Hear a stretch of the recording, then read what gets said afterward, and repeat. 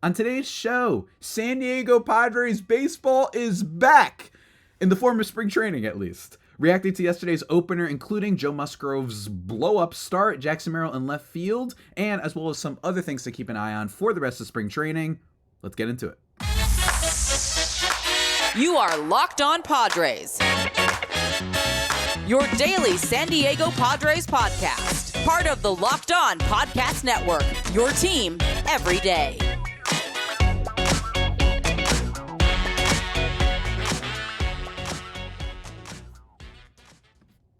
Greetings, ladies and gentlemen, and welcome to another edition of the Locked On Padres podcast, which is part of the Locked On Podcast Network, your team every day for Friday, February 23rd. As always, I'm your host with sometimes, occasionally, but certainly not always the most, Javier Reyes. Follow me on Twitter at Javipeno, Javiipeno, or at LO_Padres, or Locked On Padres on the old tube of you.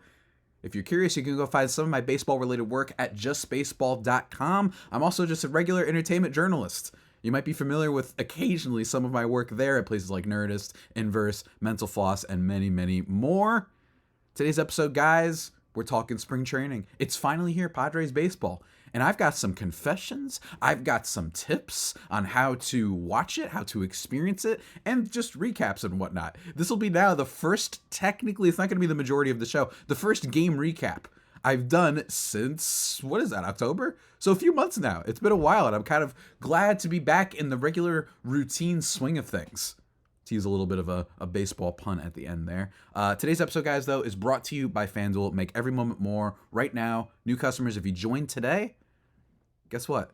$150 is on the line if you win your first bet of $5 or more. That's right, ladies and gentlemen. $150 in bonus bets. Go check that out, FanDuel.com/lockedon to get started. And getting started with today's episode, let's first start with a recap. I know, it's so weird. And here, let me be very clear. I'm not going to be recapping every single bit and piece of information from spring training games because just to drop the facade for a second, I just don't care about spring training, almost in the smallest way. Now, I think spring training has merit to it. I think that there's a lot to look out for, especially this season, which I've been talking about this podcast a lot, that I actually am more excited about this spring training than previous ones, because I feel like previous ones it was sort of set in stone what to expect, instead of being like, wow, like Bogarts is there. It's like, yeah, but I'm not really going to learn anything about him from spring training. Same thing goes for when Stellan Darvish came, Ha-Seong Kim when he came over, right? Like all sorts of things.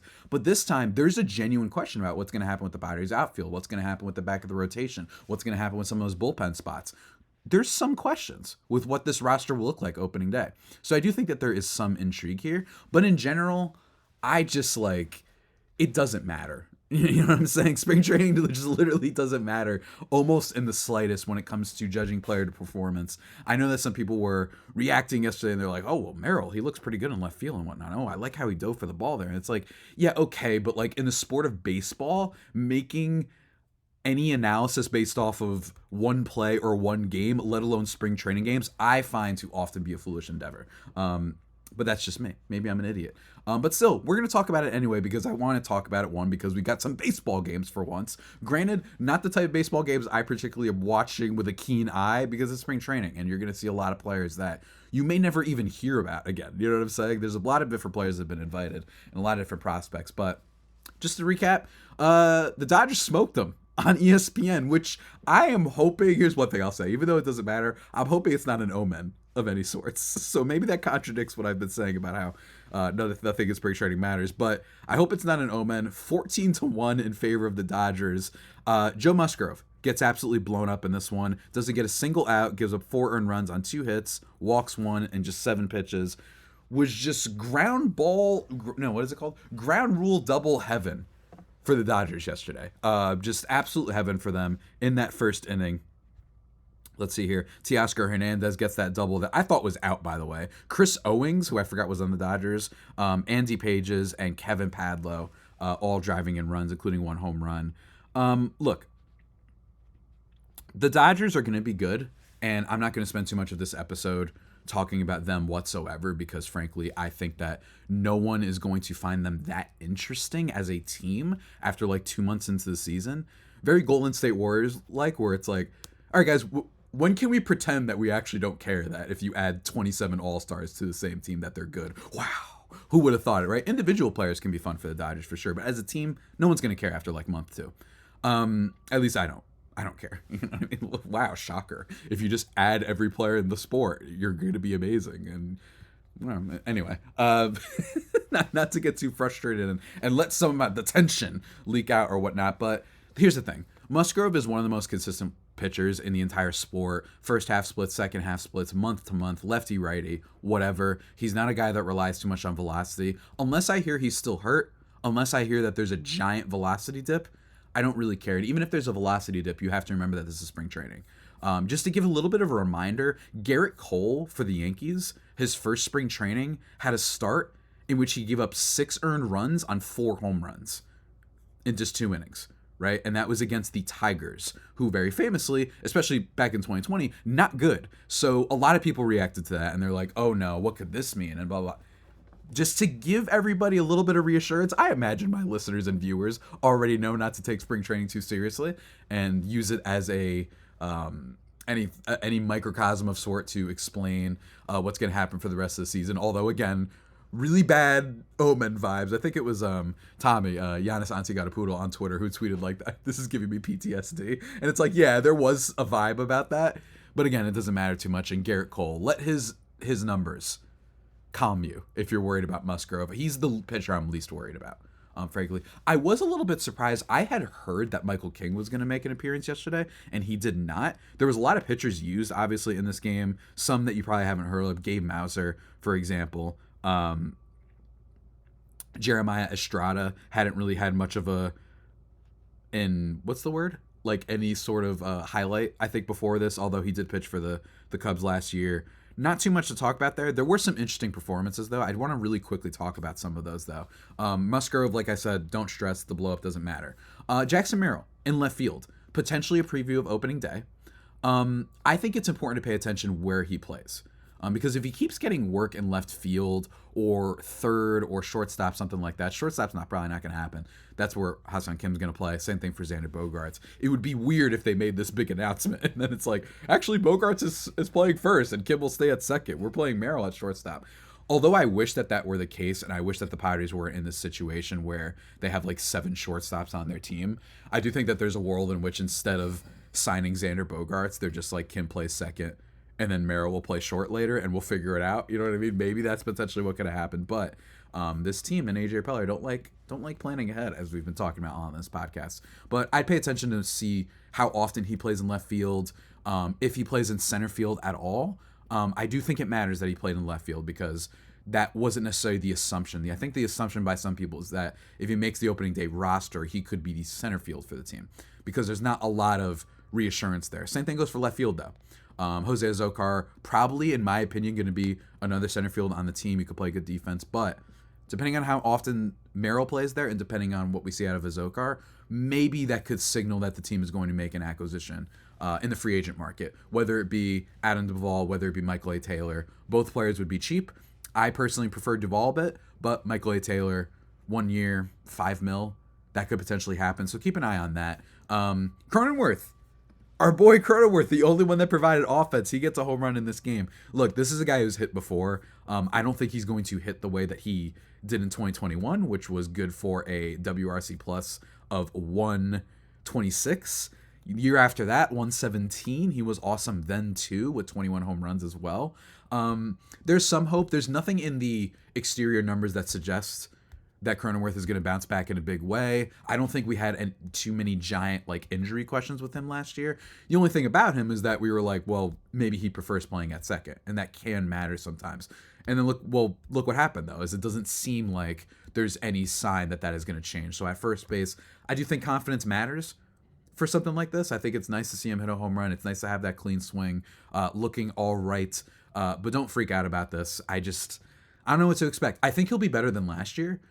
But they are really going to need a lot better than last year because Trent Grisham technically hit better last year than he did the year before, but it wasn't enough to offset his weaknesses elsewhere. And in Cronenworth's case, if he's not like a 115, 120 WRC plus guy in between there, it's going to be really hard to get value out of a guy that doesn't hit for a lot of power. The best case scenario is you get a first baseman like Ty France, who's just a hit machine, hitter's hitter, doesn't strike out too much, gets some walks.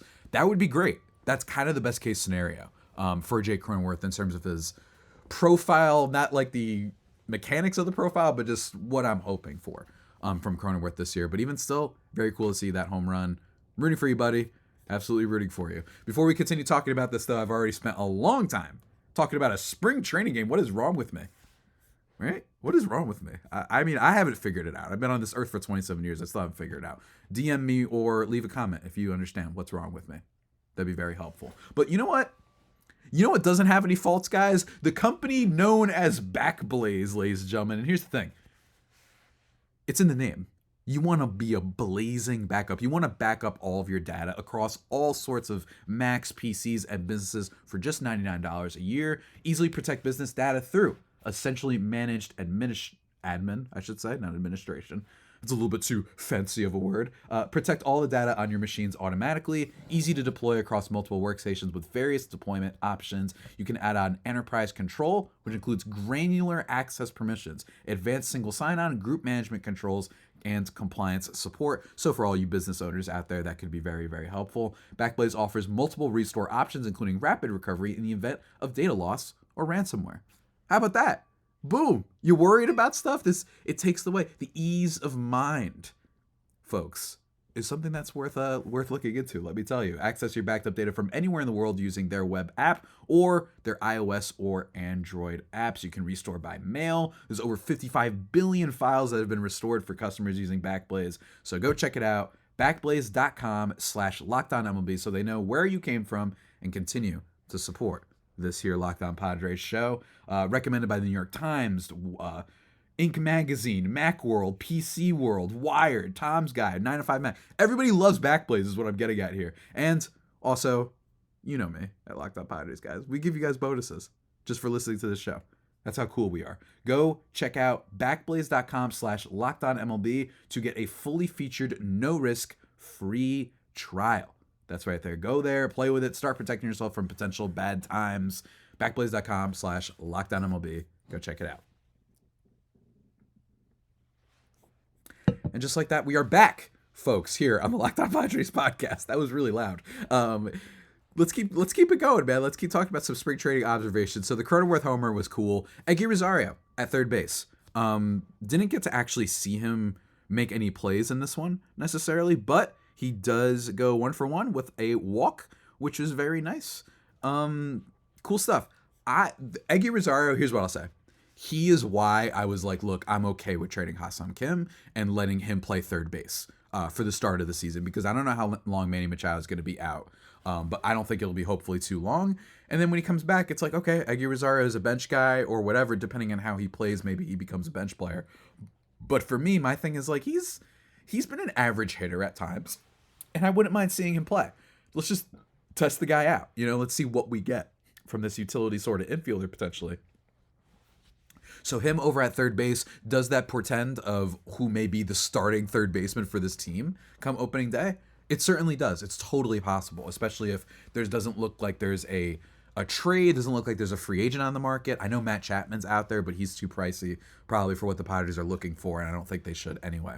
Although I do love Matt Chapman. But probably nothing going to happen there because you have Manny coming back in like a few weeks to a month. It doesn't seem like this is a long-term injury that's going to be, wow, he's going to be DHing for 4 months, right? Otherwise, he wouldn't have done it, at least in my opinion. So that's not going to happen. But still, for the beginning of the season, keep an eye on Eggy Rosario. I think he's a decent hitter, and in small samples, has been okay defensively. Graham Pauley had a stint over at third base. He is also in today's game going to be playing first base. He's one to keep an eye on. I want to see where they want to slot him, because it's been based on the data, based on some of the scouting reports. The things about him, and Aram Layton, friend of the show, loves Graham Pauley, thinks that he's one of the sneaky sleeper prospects that he's willing to bet on, like vaulting up another level in prospect rankings this year, that he can hit. The question is just, where does he play? Whether it be outfield or first base, third base, that's something to keep an eye on, is where he's going to play in the infield or outfield potentially. So keep an eye on that. Ethan Salas, our boy, 0-for-2 with 2 strikeouts. Doesn't matter. Kid's like not even old enough to drink yet, so who cares? You know what I mean? But it is just cool to see him. And I think just literally him being there is already a statement. And no, I do not think that this means that the Padres are thinking about promoting him. Hopefully they don't, because that would be a disaster. I think that he should be staying at the current level he's at, and let's take some time. Catchers are weird with their development, but the fact that he's even there is awesome. So shouts to Ethan Salas. Love you very much. I thought that Michael King was going to be pitched. That was going to be my next point that I was going to talk about. Doesn't seem like that's going to happen, and might not happen today. We'll have to see. But Michael King is one to just keep an eye on. But for him, it's the same thing with all these guys. I just want to know if they're healthy, and that's all that really matters. Yuki Matsui was exciting in this game, making his major league debut. 1 inning, no hits, no walks, 3 strikeouts. There again, it seems like Go Matsui Suarez closer battle to look out for.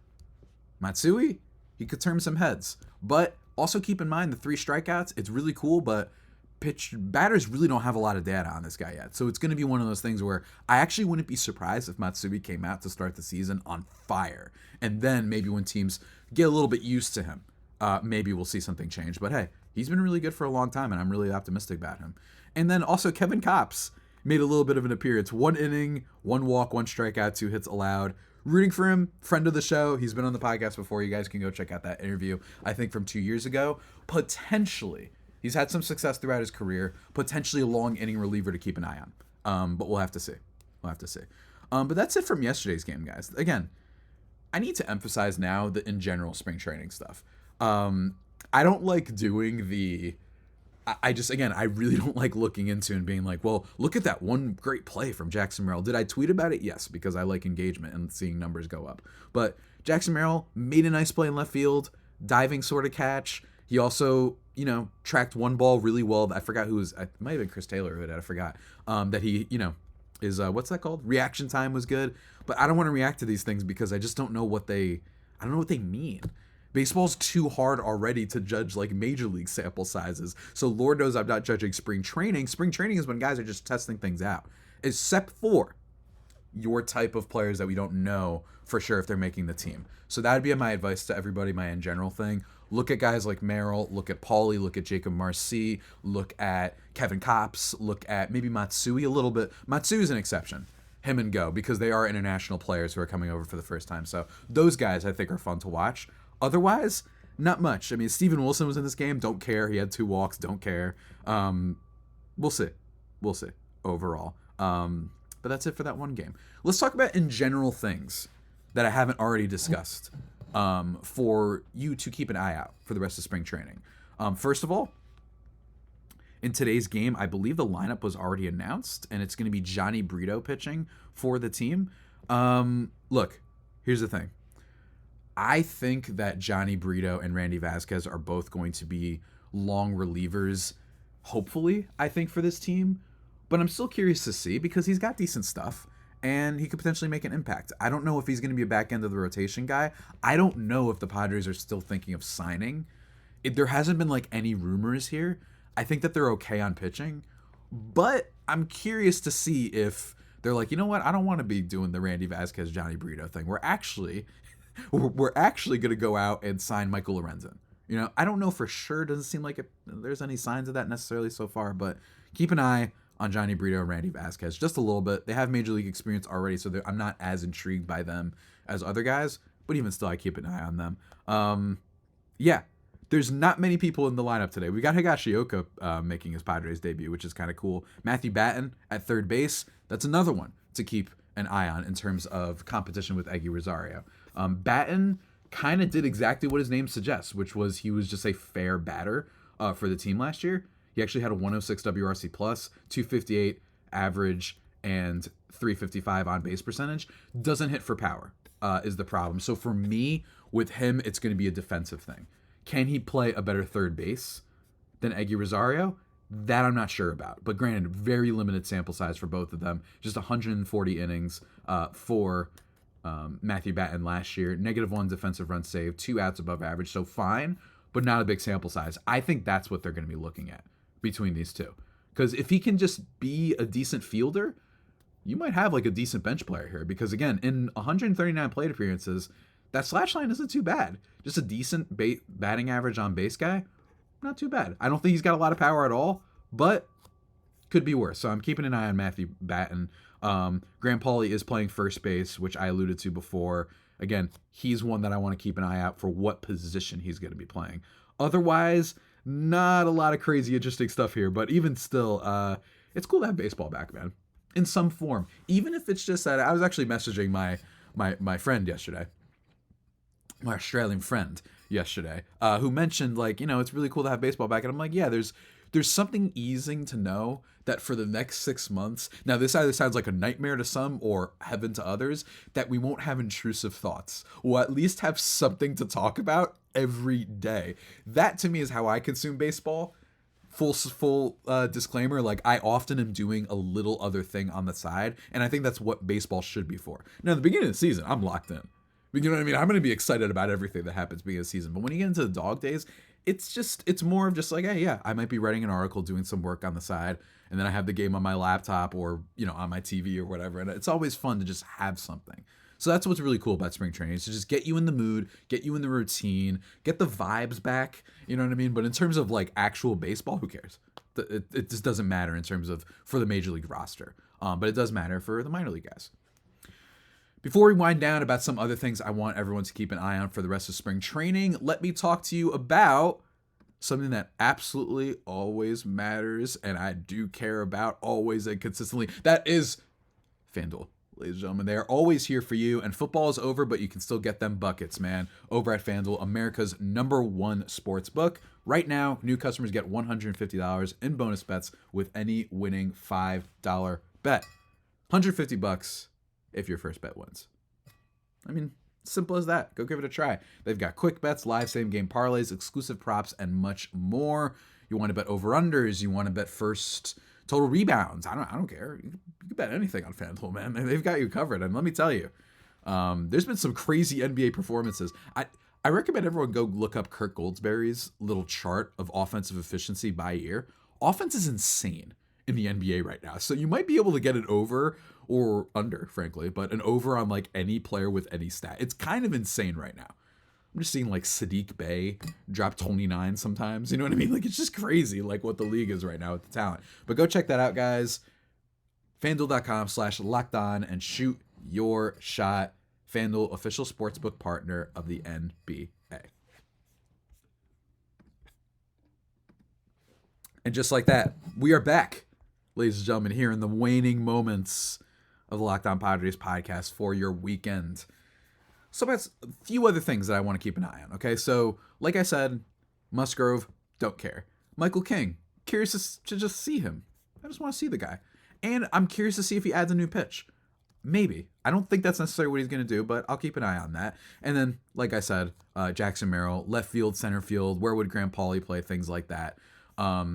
Definitely want to see if the Padres still sign. This doesn't have anything to do with the games, but I definitely still want to see if they sign someone to play center field.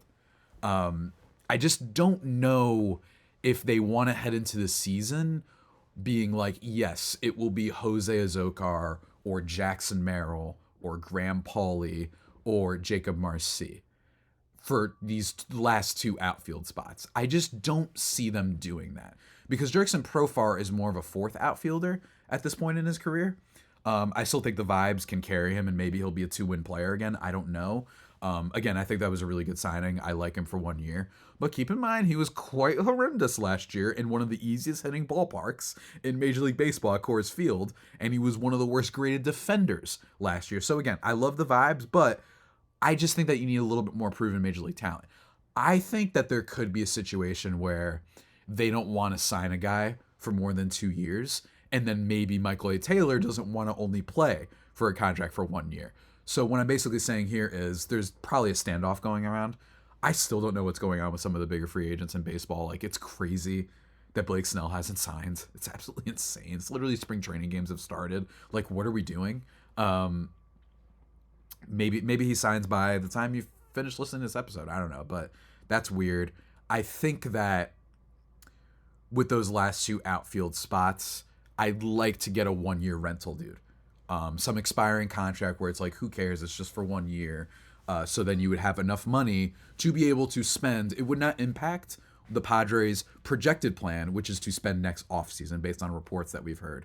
And if that's the case, then 1-year guy, Michael A. Taylor, Adam Duvall in center field, that would be great. And would give you a lot more stability and just some major league experience. You know, you don't want to have it just all young guys and then Profar that you're hoping to field the rest of an outfield that is allegedly still trying to compete for a championship or at least be a contender. So I'd watch out for that.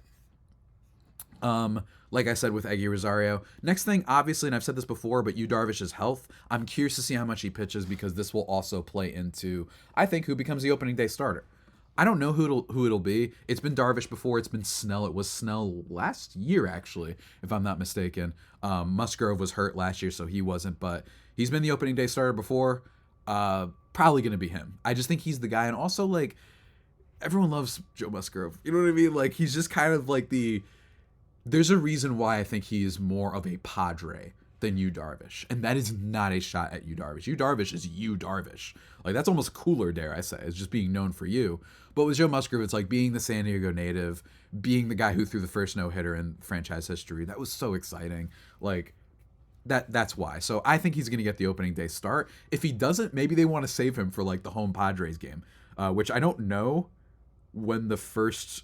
Who is the first home game? It's against San Fran, but is that first series at home?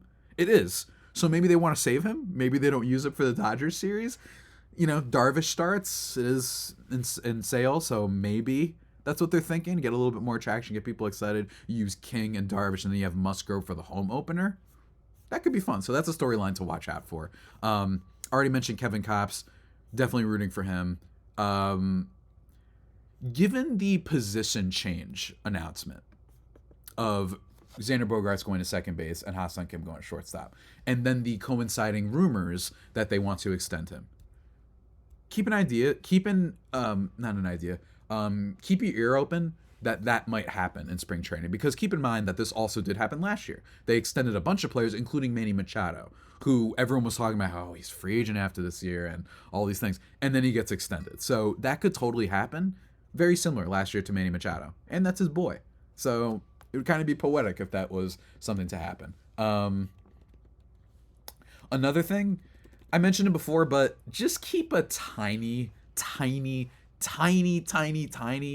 open mind to the idea that Blake Snell could be back to the Padres. I don't think it'll happen. I don't think it should happen, but they like him. I love him. Maybe that's why it's taken so long. Again, maybe the right deal comes around. Maybe major league teams, for once, although I don't believe this, don't budge and actually don't pay him. I don't think it'll happen. You know why? Because it never happens. These guys always get paid, which is why the slowness of free agency always drives me insane. It's not like teams being penny pinchers has ever resulted in one of these guys not getting paid. You know what I mean? It's like Manny Machado signed practically like before my junior year of college was over. Like it was like a week to go and he finally signed, and he signed for like $300 million. So it was like, what was the point of this? Same thing goes for Bryce Harper. So I would just keep an eye out for it. But in general, I would more keep an eye out for one of those 1 year type of pitchers, 1 year type of starters, 1 year type of center fielders is the thing to keep an eye on for spring training. The closer battle, Dennis Lin mentioned this. That's in his article for The Athletic, that Suarez is still the favorite, although he stopped missing bats last year. Hopefully he's healthy. He's one to watch for sure this spring training. Out of guys who have proven major league talent, in my opinion, are generally something you don't look at for spring training. But Suarez and the rest of those relievers, I am. Because I do want to know if there's going to be a closer. They might not have one. They might go closer by committee, which I think would be, frankly, just interesting. You know what I mean? And just kind of, I'd be engaged by that. I'd be just curious to see what that looks like, because I haven't watched a Padres team in a while have a closer by committee.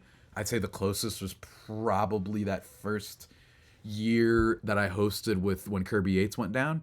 That's probably the closest that we have, but then it was Pomeranz. So it could, you know what I mean? Like they've always kind of had that radio closer. So if they want to go Rays with it, then sure. And maybe Mike Schilt is the right GM for that. He's had success before. So maybe he's going to be good for that. But again, Matsui, another thing, he is going to need some time adjusting to the pitch clock, is something that Dennis Lin also mentioned. So definitely keep an eye out for that.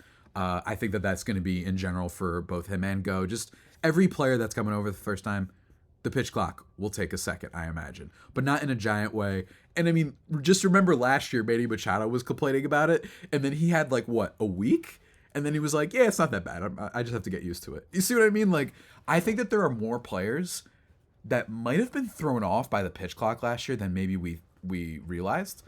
It's possible with Machado combined with his injury. Maybe that's why he had a little bit of a down year. But I don't know.